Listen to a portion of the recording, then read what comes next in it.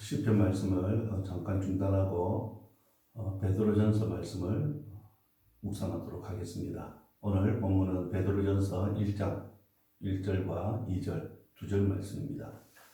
제가 말씀을 읽고 말씀을 드리도록 하겠습니다. 예수 그리스도의 사도 베드로는 본도, 갈라디아, 갑바도기아, 아시아와 비두니아에 흩어진 나그네 곧 하나님 아버지의 미리 하심을 따라 성령이 거룩하게 하심으로 순종함과 예수 그리스도의 핏부림을 얻기 위하여 택하심을 받은 자들에게 편지하노니 은혜와 평강이 너에게 더욱 많을지어다. 아멘. 베드로 전서는 사도 베드로가 로마의 네로 황제의 대핍박이 있기 직전인 주후 62년에서 64년경에 로마에서 기록한 편지입니다. 이 베드로 전서를 기록한 목적이 있습니다. 네로 황제가 본격적으로 기독교의 대박해가 시작되기 전 소아시아에 흩어져 살고 있던 그리스도인들에게 각별한 애정을 갖고 있었던 사도 베드로는 그들의 장래를 염려하지 않을 수가 없었습니다. 그래서 로마 황제로부터 임할 핍박과 환란이 어떠할지라도 그리스도인들이 소유한 복스러운 믿음과 소망을 포기하는 나약함을 보이지 않도록 위로하고 격려하기 위해서 이 편지를 기록하고 있습니다. 그러니까 핍박으로 인해 고난받는 성도들에게 위로함과 그리고 동시에 앞으로 닥쳐올 불같은 시험과 환란을 잘 견딜 수 있도록 하기 위해서 이 편지를 기록했습니다. 이 베드로전서를 흔히 성도들에게 위로와 소망을 준다고 해서 소망의 서신, 격려의 서신이다 그렇게 불려지기도 합니다. 오늘 본문은 첫 번째 시간으로 수신자들에게 인사하는 내용입니다. 사도 베드로는 첫 인사말을 통해서 수신자들에게 나그네 인생임을 상기시켜 주고 있습니다. 베드로 사도는 1절에 흩어진 나그네에게 편지를 쓴다라고 이야기하면서 이 편지를 쓰고 있습니다. 1절 보면 흩어진 나그네라는 표현이 나옵니다. 성경의 언어로는 디아스포라라 그렇게 이야기하죠. 여러분 아시는 것처럼 이스라엘 역사는 디아스포라의 역사라고 해도 과언이 아닙니다. 이스라엘의 조상인 아브라함이 하나님의 부르심을 받은 이후에 아브라함의 삶은 나그네의 삶이었습니다. 하나님께서 지시할 땅이라고 말씀하신 가나안 땅에 와서 살면서도 아브라함은 그 땅에 정착하지 못했습니다.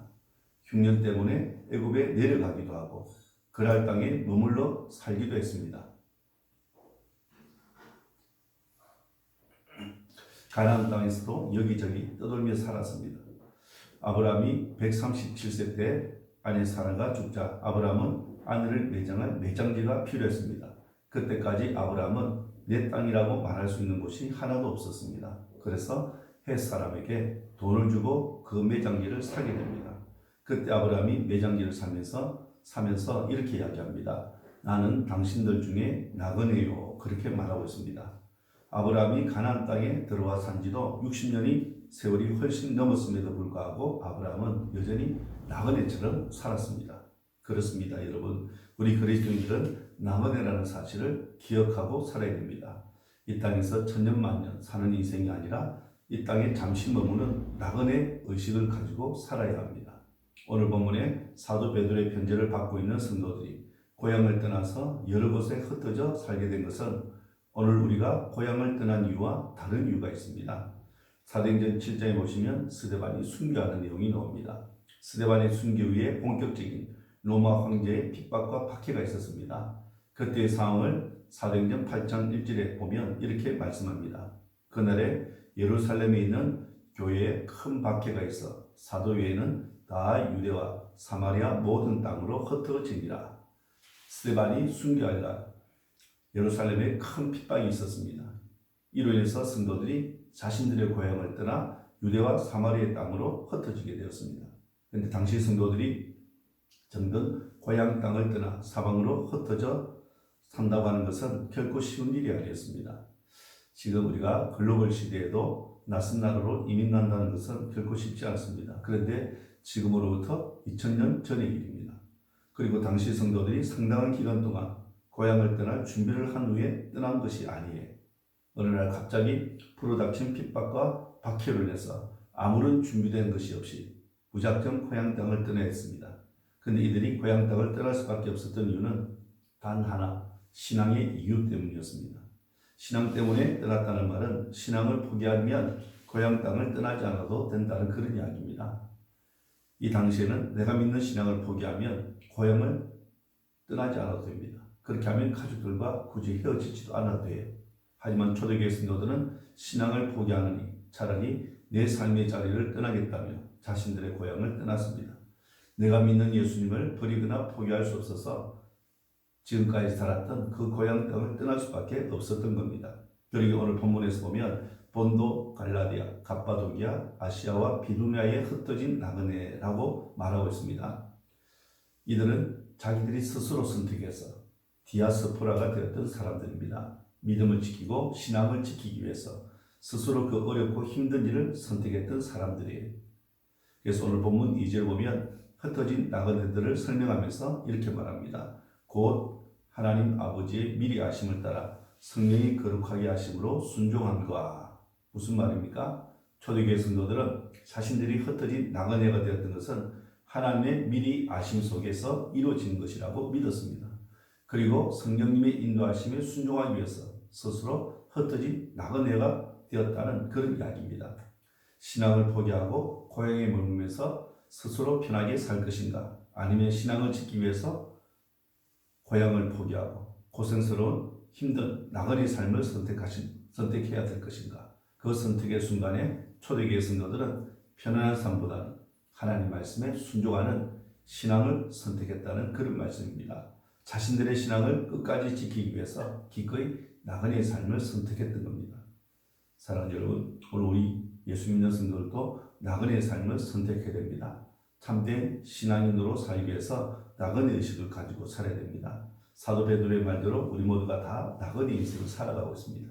근데 여러분, 나그네 인생을 사는 사람들에게는 분명한 특징이 있다는 걸 알고 있어야 됩니다. 어떤 특징이 있을까요? 먼저 나그네 인생을 사는 사람들은 이 땅에 마음이 빼앗기지 않는 사람들입니다. 그래서 나그네는 결코 많은 것을 가지고 살지 않습니다. 최소한만의 것을 가지고 살아가요. 많은 것을 소유하는 것은 오히려 불편할 뿐입니다. 여러분, 여행자나 나그네는 많은 짐을 가지고 다니지 않습니다. 많은 짐을 가져봐야 오히려 부담이 되고 힘이 될 것을 알기 때문에 그렇습니다. 근데 우리는 이 땅에서 나그네 인생을 살면서 너무나 많은 것을 소유하려고 하고 가지려고 합니다. 남들보다 더 많이 소유하기 위해서 서로 경쟁하며 욕심을 부리며 살아갑니다. 이러한 모습은 천국에 대한 관심보다도 이 땅에 더 집착하고 미련을 두고 살아가고 있다는 것을 보여주는 겁니다. 나그네 인생을 사는 사람들은 결코 이 땅에 마음이 빼앗기지 않는 그런 사람들입니다. 나그네 의식을 가지고 살아가는 사람들은 바로 이런 사람들이에요. 두 번째, 나그네 인생을 사는 사람들은 언제든지 이 땅을 떠날 준비를 하고 살아야 됩니다. 성경에 보시면 철저하게 나그네 인생을 실천하며 살았던 사람이 있습니다. 그 사람 바로 아브라함입니다. 아브라함은 하나님이 약속하신 가나안 땅에서도 집을 짓고 살지 않았습니다. 장막을 치고 생활했습니다. 장막이란 오늘날로 이야기하면 일종의 텐트와 같은 것이라 할 수 있습니다. 우리가 언제 텐트를 칩니까? 여름철에 휴가를 가면 텐트를 칩니다. 잠깐 동안 머물기 위해서 치는 것이 텐트입니다. 그곳에서 1년 365일 동안 살기 위해서 텐트를 치는 사람은 아무도 없습니다. 휴가 가서 2박 3일이나 3박 4일 동안 잠깐 머물기 위해서 텐트를 칩니다. 그리고 그 휴가 기간이 끝나면 그 텐트를 걷어서 집으로 돌아와야 합니다. 텐트는 잠깐 머물기 위해서 치는 것입니다. 아브라함도 이 땅에 있을 삶이 우리가 여름에 텐트를 치고 휴가를 보낸 것 같이 장막을 치고 살았습니다. 그 이유는 자신이 살고 있는 땅이 영원히 살 땅이 아니라는 사실을 알고 있었기 때문입니다. 그래서 장막을 치고 살았던 거예요. 여러분, 우리도 이 땅에서 영원히 살지 않습니다. 천년만년 사는 것 아닙니다. 하나님께서 허락하신 수명을 살다가 떠나게 되어 있습니다. 아브라함은 175년을 살면서도 나그네와 같은 인생을 살았습니다. 그리고 야곱도 바로 왕이 야곱에게 나이를 물을 때 야곱이 어떻게 대답했습니까? 내 나그네의 길에 세월이 130년이니이다. 그렇게 말했습니다. 우리가 사는 인생을 이 사람들에 비하면 얼마나 짧은 인생을 삽니까? 오래 살 것 같지만 정말 잠깐입니다. 아니, 좀 더 정확하게 이야기하면 순식간인 말이 더 적절한 표현인지도 모릅니다. 왜냐하면 야고보 사도가 뭐라고 그랬습니까? 너희 인생이 무엇이냐? 너희 인생은 잠깐 보이다가 없어지는 안개니라 그렇게 말하고 있기 때문에 그렇습니다. 우리는 언제든지 고향으로 떠날 준비를 해야 됩니다. 여러분, 우리가 사는 이 땅은 언제든지 이사를 떠날 준비를 하고 살아야 되는 세상입니다. 영원히 머물 세상이 아니기 때문입니다. 언제 하나님께서 우리를 갑자기 부르실지 아무도 모릅니다. 어느 날 갑자기 건강하게 살던 우리 성도들이 우리 곁을 떠나는 것을 보았습니다. 어제까지만 해도 함께 만나서 이야기를 나누던 사람이 다음날 아침 세상을 떠났다는 소식을 듣게 되는 것이 오늘 우리의 현실입니다. 이것은 남의 이야기가 결코 아닙니다. 우리도 어느 순간에 하나님이 부르실지 아무도 알지 못합니다. 예수님 역시 나그네의 삶을 살았습니다. 이 땅에서 잠시 머물 나그네의 인생을 아셨던 거예요. 그러게 이 땅에 마음을 빼앗기지 않고 사셨습니다. 잠시 잠깐 살다가 하나님 아버지가 계신 천국으로 갈 것을 확신했기에 많은 것을 소유하며 살지 않았습니다. 언제든지 돌아갈 거야. 내 아버지의 집이 있다는 사실을 알았기에 이 땅에서의 삶에 고난과 고통이 있었지만 천국을 소망하며 하나님의 뜻을 이루며 살았던 거예요. 사랑하는 여러분, 오늘 우리도 나그네 인생을 살고 있습니다. 이 땅의 마음을 빼앗기지 아니하고 사는 우리 성도들이 되었으면 좋겠습니다. 하나님이 언제든지 부르시면 미련 없이 떠날 준비를 하고 살아야 됩니다. 왜냐하면 이 세상과 비교할 수 없는 영원한 고향이 천국이 나를 기다리고 있기 때문에 그렇습니다. 오늘 우리의 삶의 자리가 어떠하든지 나그네로 사는 인생을 잊지 말아야 됩니다.